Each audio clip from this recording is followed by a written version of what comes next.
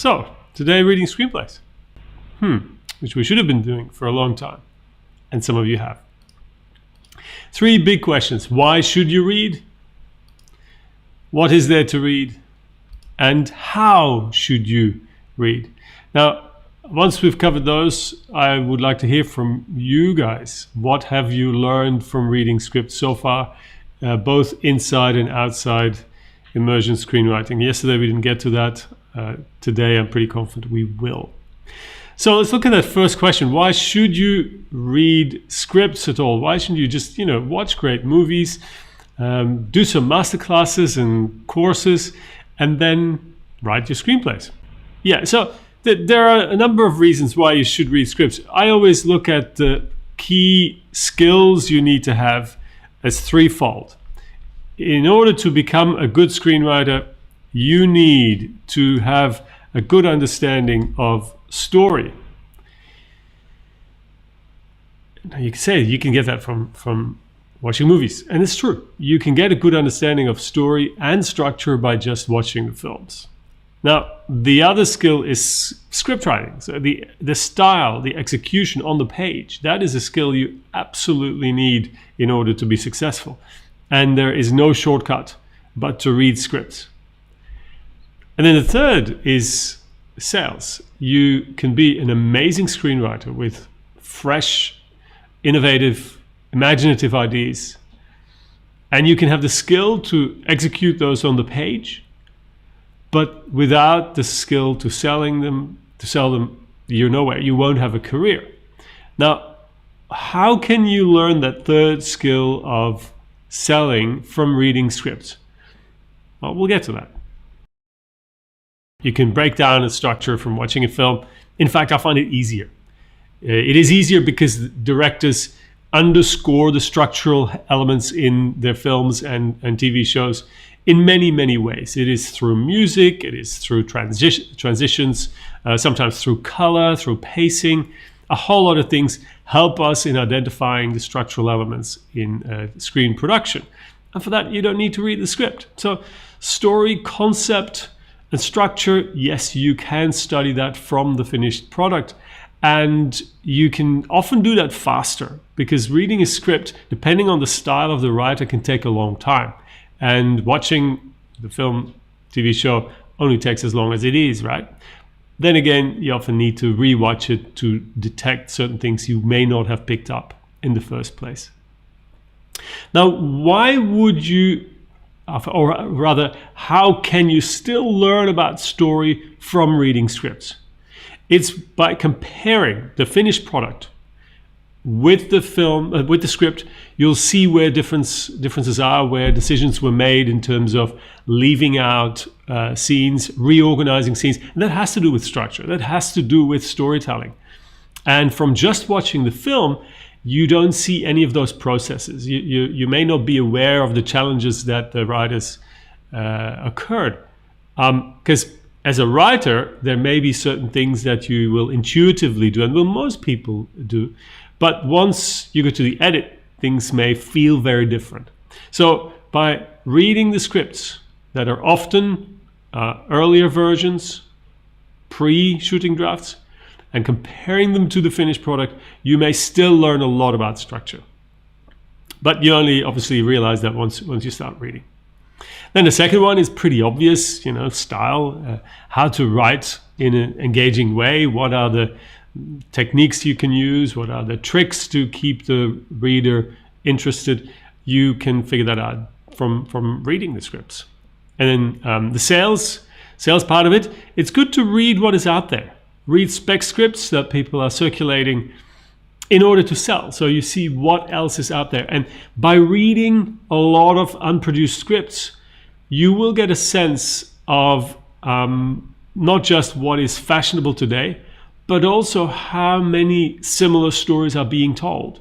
I've spoken with many writers who believed that their work was stolen. They'd written a script and then they saw a film that was very similar to theirs. That is so common, and the more scripts you read, the more you're aware of that, and the more you may be working on ways around that and thinking about how to fit your own voice into that universe of stories rather than stress over it being stolen. So there you go, story, script, sales, the three skills you can improve, you can enhance from reading screenplay. So those are the whys. Now next question was, what is it that you should read?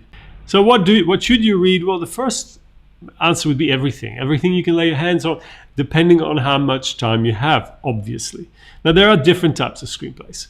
I've already mentioned the spec script. The spec script is a script that you will be writing, a script that you write in your own time, you're not getting paid for it, that you use as a calling card to break in. Hopefully it may get made sooner or later. So it is the script that is developed outside a production company by the writer.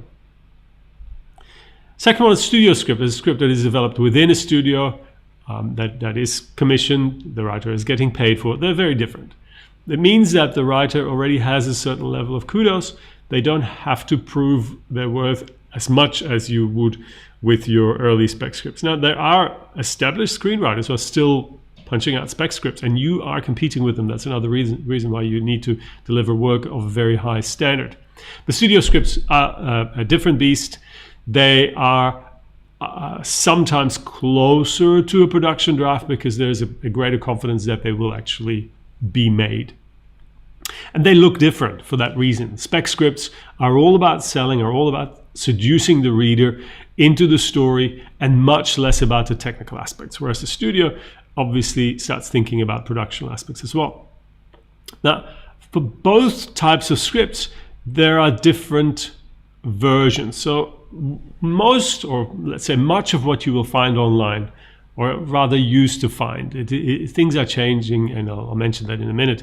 But early drafts were, a few years ago, were the type that was really flooding the internet. And I think it's because some of the Hollywood executives were sharing a lot of their scripts, and they leaked, and then they got into the, I was going to say public domain, but that's not the right term.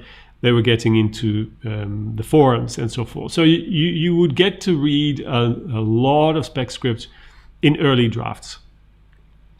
Then once you move on, you will find production scripts, shooting scripts, scripts that are already under license, that have been purchased, and that are going to production. So now the writer is writing a draft specifically for production. Those are going to be different. There's going to be potentially more detail, more technical detail. There may be camera angles, there may be shots, transitions, and things like that. And ultimately, there's a third type of scripts that you won't find that often at all. That's post-production. The post-production script, why are they being produced? They're produced for airlines, for subtitlers, all those people who need, or advertisers, to know where all those technical aspects that have to do with what happens with the film once the film is produced. And those are often not written by the writers themselves. They're based on the writer draft, but they're, as I said, very technical, that any intern in a production company could be tasked with writing that post-production script. They're rare, as I said, they're overly technical, and they're always an exact replica of what the film ultimately is. So those are the ones that you need to read. I hope that answers Vivian's question. Vivian, does that answer your question about the differences between the types of scripts? Okay, so I just want to know if you have an example of a spec script, maybe 1 or 2 pages, and if we are writing to submit to a competition, then what format do we need to use? Okay, hang on. So 2 questions. You want to see an example of a spec script? Yep. And what format to use when you submit to a competition? And what format do you use when you submit to a producer? Yeah. I'll answer the second one because that's the easiest. You use the same format as you would otherwise use. So a spec screenplay is what we call a master scene screenplay, where you don't include technical details. So it's all just about readability. It's about getting the story out with minimal technical directorial elements. So it's the standard that you will see in most scripts. It's a standard that is described in David Trottier's book, The Screenwriter's Bible. And it is also I'd say the average type of style you'll find in most of the blacklist scripts. Because that is, I should have mentioned that. It's a really good source for spec screenplays to know what is out there, what is fashionable. Every year, the blacklist publishes the most promising, the hottest spec screenplays that are going around in Hollywood. And if you can lay your hands on some of those, then they're a really good example. So that's the type that's the format you submit. And a little bit further in, I'll show you examples of different sort of scripts, different writers, different styles, and you'll see that different writers get away with different styles. So then there's also a type of script you need to be aware of and careful with, because you might be fooled like I was. And fortunately, the immersion students didn't notice, but there was very, very briefly a fake screenplay somewhere hidden in the immersion course. And it was this one. It's an episode of Rick and Morty. And I think the episode's called Rick, Rick, Boom, Boom. And I was looking for the Rick and Morty pilot, and I couldn't find it. I thought I found it, and I included it in the course, and then at closer inspection, I don't believe that this holds up. I don't think it stands the test. It's definitely not a pilot, and I'm not a Rick and Morty expert. I've seen a few episodes, and I like him. I never had the time to see much.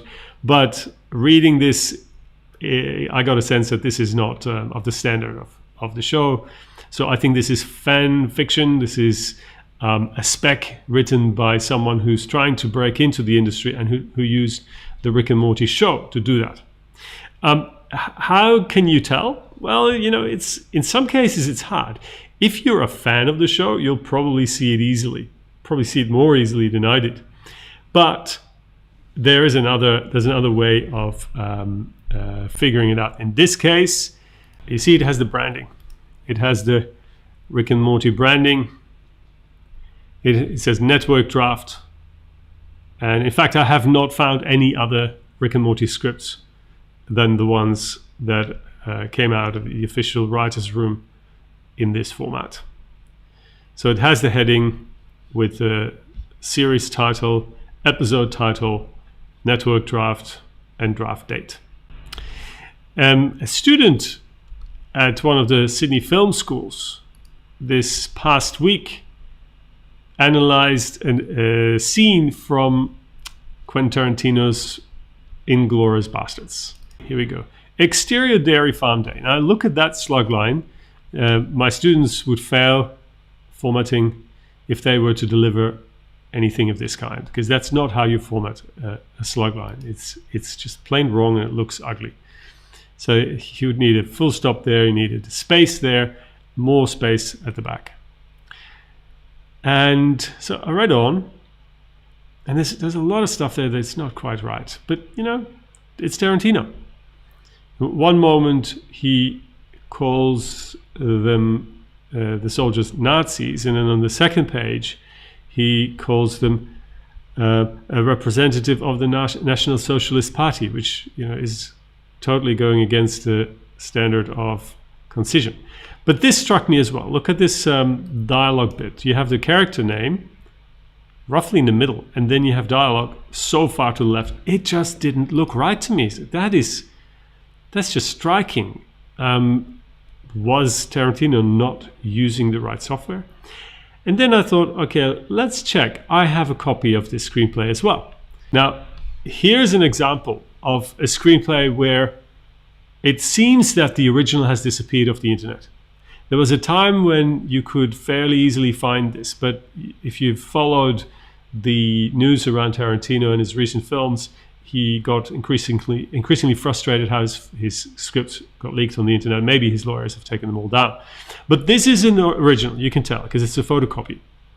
These files are usually bigger. They're usually in the range of 5 to 10 megabytes, whereas the electronic files, like the one that you just saw, are under a megabyte because they're just electronic data, where this is visual, this is image data, and it just takes more space. And look at this. The same dialogue now is correctly formatted. So I got to give Tarantino a little bit more credit here. His original script didn't look quite as bad as the rip-off version that you find on the web. All right, before we go on, I want to see if there are any questions up to this point. Well, I have two short questions. Yeah, Leon.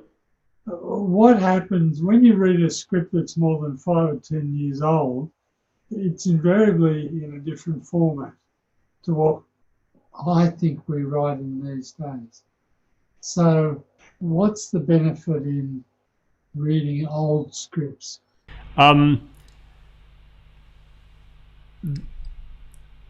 Let's go back to the 3 reasons why you read scripts: for story, for script execution, and for sales.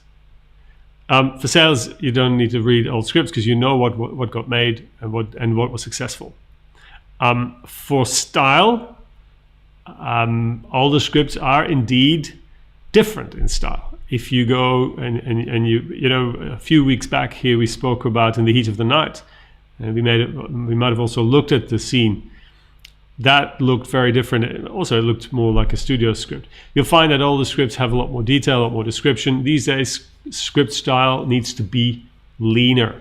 So you're not going to go into the same amount of detail as people used to write. So you need to be aware of the going style these days. That said, if you were here a few weeks ago, we were talking about action writing. And one of the best examples was a script from the 1970s, Walter Hill's draft for Alien. So there are reasons to go back and read exceptional screenplays. I was, just before we started this masterclass, was listening to a podcast with Taylor Sheridan, who is right now my absolute favorite screenwriter. And he listed his favorite 5 movies. And among those, there was none from the past 5 years. Godfather was listed, Unforgiven was listed, Kramer versus Kramer was listed. And those, the scripts are still available. I mean, at least I found the script for Kramer versus Kramer. I don't know whether you can still find it online, but at least it's in my collection, and it's an original. You know, it's a photocopy of the original screenplay. There absolutely merits in reading that script, because when you watch a film, and for instance for dialogue, you are much less aware of the mechanics and the dynamics and how that dialogue looks on the page than when you were actually opening the screenplay. And the description may still be written in a different sort of style, but I think it's incredibly valuable to read those older successful screenplays for other reasons. This is how some producers read a screenplay. You know, Universal is begging me for this script, but I don't want to give it to them because they screwed me once. You really ought to take a look at it. See? Yeah, take a look at it. Yeah. Starts nice. It does, doesn't it? Look what happened. All this. Yeah, right. Gotcha, suckers. Wow, that is a catchphrase. Isn't that good? I just saw the poster. Let's be risky today, huh? I'm gonna go with this. You know what? You bring me this script and Kit Ramsey, and you got yourself a Go picture, Bobby. Oh, okay. Oh, thanks. Oh, thanks. I love what you do. Here's my card. Oh, just keep that.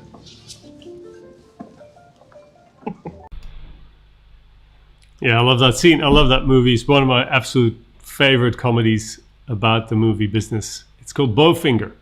Check it out. The scene was set at the Dome restaurant on Sunset Boulevard. It's no longer there. At the time when the film was shot, it was run by a fellow Belgian who came from very close to where I was born, in Limburg, and visited him several times when I would go to LA.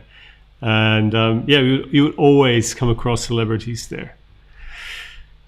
So how does a producer read a screenplay? It takes, how long? 20 seconds. It looks at the cover page, looks at the title of the cover page, looks at the first scene, starts nice, and then all this, and he flicks through the script, And he goes to the final scene and the final line and catchphrase, "Gotcha, suckers." Of course not, but yeah, a little bit of that still. First impression is absolutely critical. And I would always say, even the flicking through that script in like 2 seconds gives an impression to the producer of how much dialogue is in that film. Immersion is all about what you learn from the scripts that you read and write and copy. So if you've been keeping up to speed, you should have read by now The Americans, Pilot, Meet the Parents, and Gravity. For the TV students, you would have read by now Breaking Bad, Parks and Rec, Big Little Lies, Brooklyn Nine-Nine, Mad Men, and Arrested Development. So what have you learned from immersion so far? Think about it for a minute and type your answer in the chat. In the meantime, I'll give you what I learned from Gravity, the way slug lines are written for a movie that's set in space. This is no day or night there. For Breaking Bad, I learned that the script was a fairly early draft. It was before they had locked off the setting, the location for the production, because fans know that the whole series was shot in New Mexico, in Albuquerque. But the pilot was written to be shot in California still, because Vince Gilligan was already working in LA and naturally assumed that that was going to be set there. For The Americans, that's a really good example of a script that is multi-layered. There's a lot going on. It's very dense. It doesn't feel like that. It doesn't feel like exposition. There's always a high tension, high stakes. In the meantime, you pick up a whole lot of important aspects of that show. So Anthony says he learns how fast the jokes come. That's a really good one, and I think that's probably one of the biggest differences between that fake Rick and Morty screenplay and any of the real ones. There's just a lot more fun in the real ones. Vivian says, from Gravity, I learned about mini slug lines. Yeah, there's ones that I referred to as well. Anthony says the energy of the character comes through. Anthony, can you elaborate on that? Which script is that in particular, and how does that happen on the page? How does the energy of the character come through? Well, particularly for Brooklyn Nine-Nine and Parks and Recreation, and as I typed that reflection, like I love those two shows, so I'm not actually sure, like maybe it's the fact that I actually already know what the characters are like. But as I was reading it, the purpose of the character was there. I think it was in the first moment of the pilot. There's Peralta and what's her name? And their partners. And within the first 30 to 40 seconds, we already understand their relationship. And it was very fast. Thanks, Anthony. Louise says, I've learned that I prefer scripts that manage flashbacks well. I don't think I'll tackle flashbacks for a while. That's a good one. So it shows to you how hard it is that right?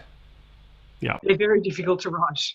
Yeah, absolutely. I mean, you see, I think that's one of the signs of your growth as a writer, is that you identify those things. So from reading the scripts, you realize those things, and you'll now be less likely to go in and make a rather obvious mistake that the writer who hasn't read the script would do, because flashback is the easy way, they think. Yeah. Excellent. Well, thank you. And then Nandi says, meet the parents, how to write two characters speaking simultaneously. Oh, that's an interesting one. All right, can you just quickly elaborate on that, Nandi, while I prepare a scene for you? I'm going to share a script where that happens as well. But can you elaborate on how it happens in Meet the Parents? One where they had the two characters' names juxtaposed, and then because it was a very short line, I've actually scrolled past it now. So it was a very short line, and so it was "Hey, sweet pea," and the other one was saying "Daddy." So the father and the daughter, Jack and Pam, and they just had Jack / Pam, and then in the same dialogue line, "Hey, sweetie / Daddy," and so you knew who was saying what. And then further down in the script, they also had when Jack and Greg, so the father and Greg, the Ben Stiller character, were riding in the car, and there was this awkward silence, and you could see that they were both, desperately trying to think of something to say, and then they both come out with something. And in that case, they had the two characters on the same line, but in sort of like in separate columns, and Yep. then the dialogue that each one said under that. That second example is called dual dialogue. And dual dialogue is a feature that was a while ago only possible in Final Draft, but now pretty much everybody does it. I'm sharing the wrong one here. Even Caltex has that function. Now, because you can do it doesn't mean you have to do it. And this was the example I gave yesterday from Midsommar. In Midsommar, the horror movie by Ari Aster of last year, there's a lot of dual dialogue, and I would say for a spec screenplay this is too much because it's cluttered, and it interrupts the reading, where normal dialogue is just vertical, you keep moving, whereas dual dialogue, it's slower because you've got more text, and also it just is slightly jarring on the page. So here you see where many screenplays just don't have any dual dialogue.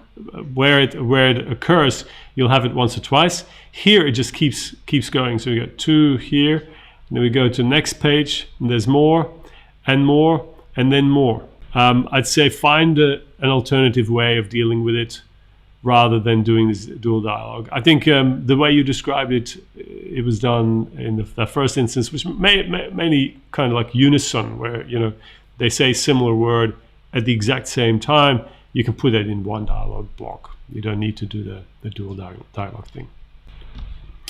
And then Vivian says, from meeting the parents, I learned about subtext. Good.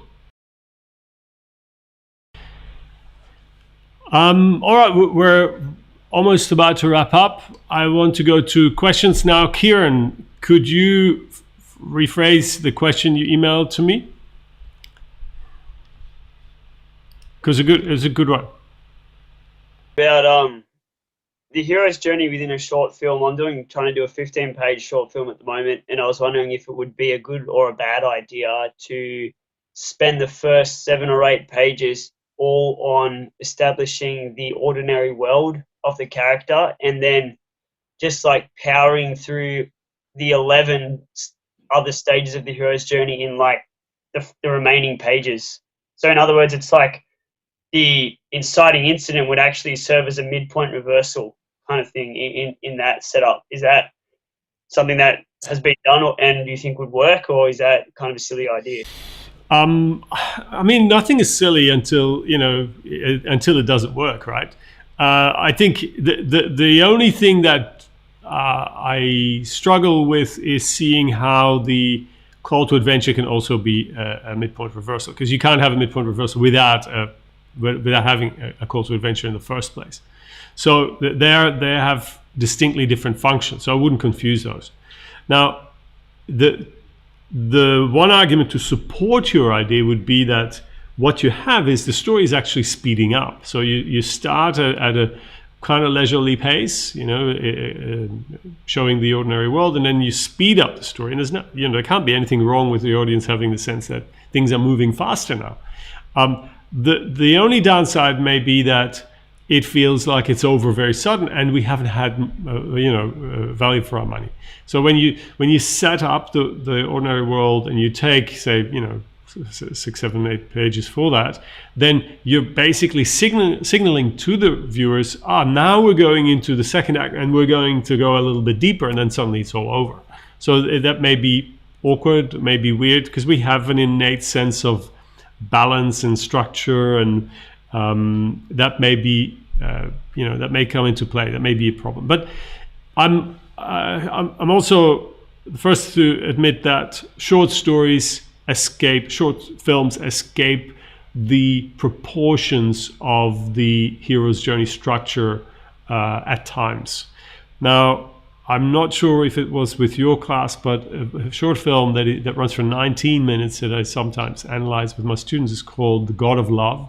God of Love was an Oscar-winning black and white black comedy. It's a black comedy. It's a romance. It's a romantic comedy that I thought was incredibly powerful, and that is structured very elegantly and quite traditionally, following the hero's journey and going through all the stages, giving them time. I mean, there's a reason why most stories that work have those in those proportions. So I'd say try it, have people read it and see what the feedback is. And then you can see whether they experience those story elements as the stages that you intend them to be. Because that's often the most important thing, that as a writer, you see those stages as being, as you say, call to adventure within a longish ordinary world. But how does the reader experience that may be somewhat different? I just want to make a comment on the slugline and mini slugline. And I'm comparing the script of Gravity and the Bourne Ultimatum. And in the Gravity, you have mini slugline that just, when you read it, it flows. While in the Bourne Ultimatum, there's the page is crammed with slugline. And in the discussion, from screenwriting, there's one writer who has had many of his screenplay produced. He said to use a second one because producers always need to break down all the scenes for costing and also for shooting purposes. So whatever script we submit, they will just have to rewrite it in that format. So I wonder, what is your opinion about that? Yeah, I would say you need to sell it before anyone thinks about production. And if it's a tough read, it's going to be tougher to sell it. If you have a page turner, and the most important thing is that you understand. And mini slug lines, you probably mean what we call secondary slug lines. It's an accepted format. David Trottier suggested in his book, therefore it's a suggested and accepted format. I would not write, because remember we made that distinction between the spec script and the production script. You're going to leave out certain technical elements. We looked at the Nolan version of writing action. It was not effective because you just had too many slug lines there. If you have a secondary slug, you're actually signaling to the reader that you know your stuff. You know there should be a slug line, but for the sake of readability, you're making it a secondary slug rather than making it a full slug. And there are so many other things that will have to happen before production anyway, that doing a proper breakdown and identifying these as new scenes is going to be the least of it. First, you need to sell. And in order to sell, you need to give the reader a great experience. So I would disagree, and I would not put in the full slug lines because, as you say, it feels cluttered. But, that said, there's always the odd one out. There's always producers who are technical and go, oh, this screenwriter clearly doesn't know what they're doing. But I would ignore those. All right, thank you guys. Thanks for joining. And if you have questions for next week, just email them to me. Next week, we're talking about writing the first draft. I would also like to hear from you guys. If you are writing a first draft, what your experience is in that. And for now, have a great weekend and see you all next week. Bye.